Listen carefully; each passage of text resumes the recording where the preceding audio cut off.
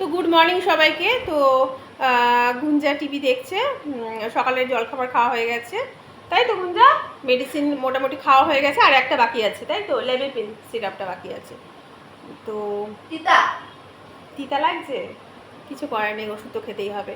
তো কালকে গুঞ্জা গেছিলো ইউএসজি করতে, তো আমরা এখান থেকে বেরিয়েছিলাম 9:30, বেশি দূর না, এখান থেকে মিনিট 15 টোটোতে লাগে।